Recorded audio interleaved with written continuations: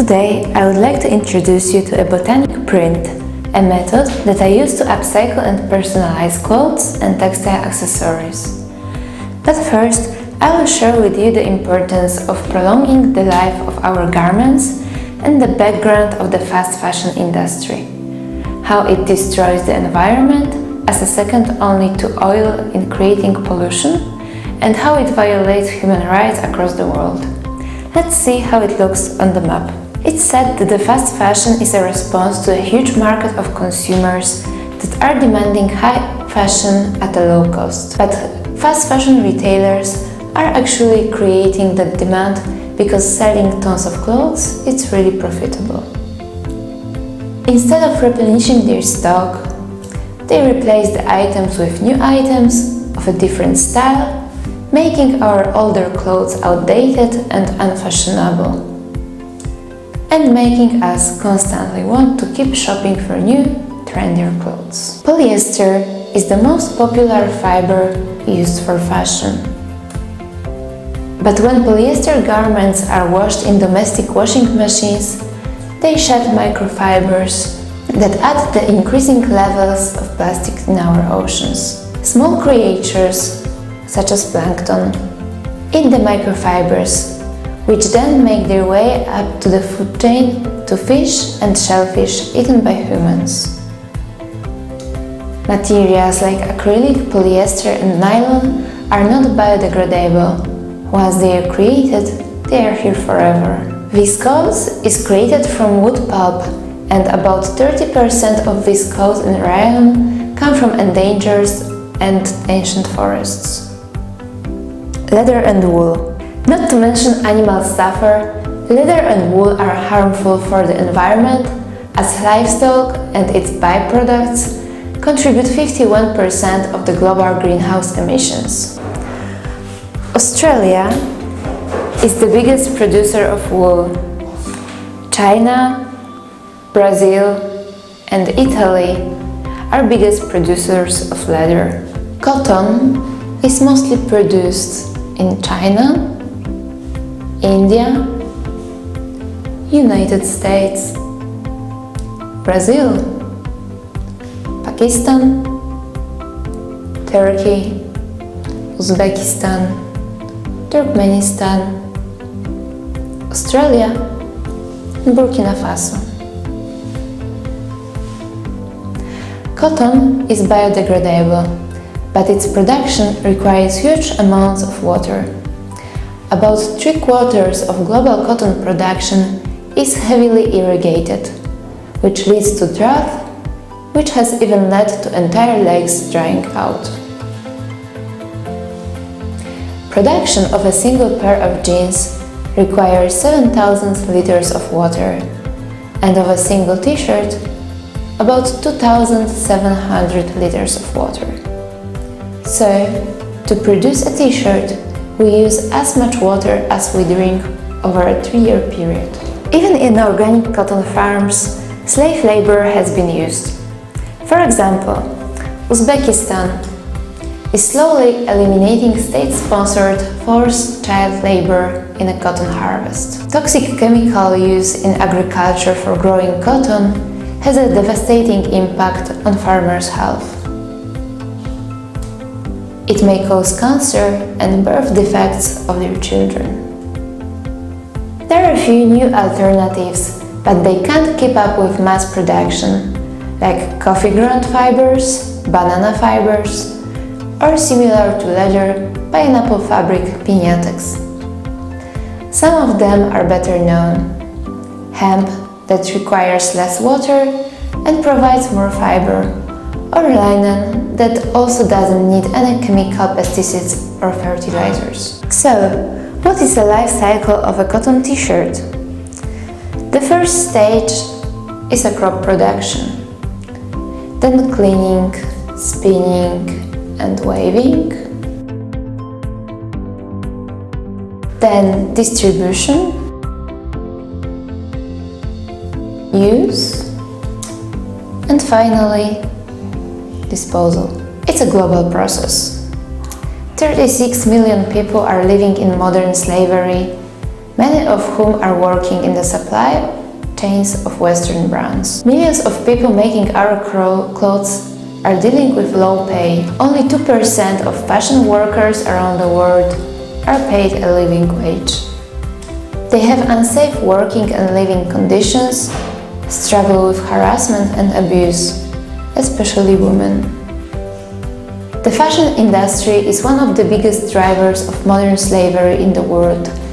This includes forced labor, human trafficking, and child slavery. Child labor in the garment and textile industries still exists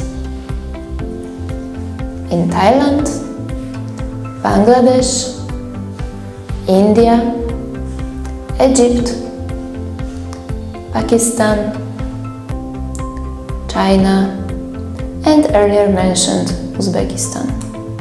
Children work at all stages of a supply chain, from planting and growing cotton to packing garments. How many times have you seen a t-shirt with an "I'm a feminist" slogan on it? That top could have been made by a woman of color who has been trafficked, sexually abused, and forced to work in horrendous conditions. Or maybe a brand that released rainbow merchandise for Pride Month sponsors an event in a country where severe anti-LGBTQ laws. Sometimes conscious collections are just a marketing trick. To become more aware, learn about bluewashing, greenwashing, and rainbow washing. Europeans throw away 2 million tons of textiles each year. Every second, the equivalent of one garbage truck of textiles is landfilled and burned. Many of us donate our unwanted clothes to charity shops and clothing collection banks. But do we really know what happens to them then? Globally, 70% of our donated clothing is baled and sold to textile merchants who ship them overseas for resale in sub-Saharan Africa. It's a paradox that most cotton produced in East Africa goes to Asia, where it's spun, woven into apparel, and shipped to the EU and US. After a couple of years, it returns to Africa. This situation is becoming not just an environmental disaster, but for many nations, an economic one as well. Second-hand clothing is one factor in the near collapse of the garment industry in sub-Saharan African countries, once vibrant textile industries. The success of the fashion industry is rooted in the exploitation and extraction of value from the global south, and can be an example of modern-day colonialism.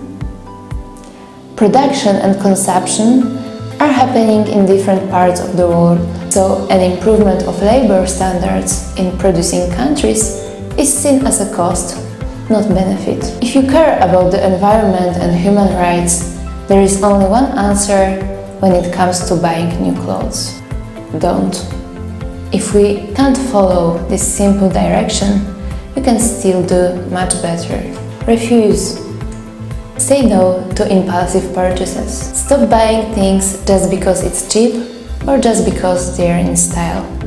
Reduce. Ask yourself if you really need those things. Being able to extend the life of a garment by even only 9 months reduces the waste and water impact that it has by 20 to 30%. Wearing clothes 50 times instead of 5 times reduces carbon emission by 400% per item per year. Reuse. Clothing swaps are considered an antidote to fashion's massive waste problem and give people a chance to refresh their wardrobes without spending a lot of money on or buying clothes from brands that don't align with their values. By swapping a shirt instead of buying new, you could save enough water for one person to drink for 3 years. Recycle. Recycle, but make sure that donated clothes don't end up in a landfill and learn more why it's imported to African countries and what impact it has there. Repair, or even upcycle. Make it better, original and more beautiful than it was. Find your own ways and ideas. Do you want to see mine? Welcome to a Botanical print workshop. I would like to introduce you to the Botanical print workshop, and today you will learn how to make a print on the textile using the leaves that you can find around you. Using the nature, you can decorate old boring things that maybe you don't want to use anymore, but it's a way to make them more interesting and good again. So what we're gonna need is some leaves from you can collect it just around your house. You will need a piece of textile. The best is a cotton one, a simple tote bag or a t-shirt, some brushes and some sheets of paper and the paint. The perfect one is textile paint, but if you don't have an access to the textile paint, you can also use acrylic one. So we have our leaves, and we can just have a look on the leaf that we have. It has a front side and the back side, and the back side has a beautiful texture that will be very useful for our pattern. We just take a paint, a brush, and we paint on the back side of the leaf.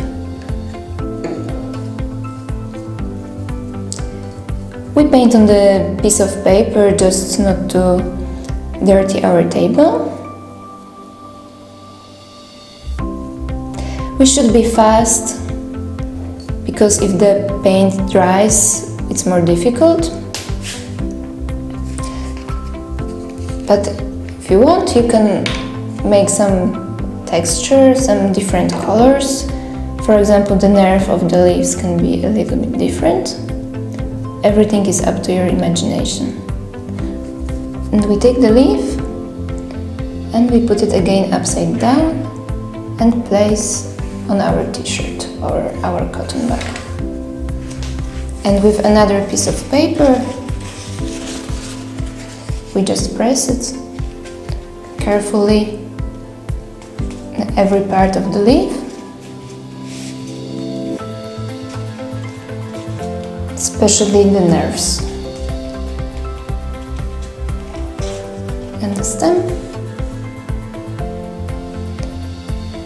and we put it up. So here's our pattern. Play with our imagination and make whatever we want. We can also have a monochromatic design, so like paint everything red or paint everything pink. It's like however we like. But in this case, I'm trying to show the real color of the foliage. Sometimes it's better to put the paper inside of your t-shirt or inside of your cotton bag, or it can be a piece of cardboard just to save the other side for the excess amount of paint. So we can continue like this for a very long time. We can make all the big design, but this is just to show you how it works. So after you finish, remember about ironing your t-shirt or ironing your bag, and you have your own beautiful design and you're an artist. Thank you.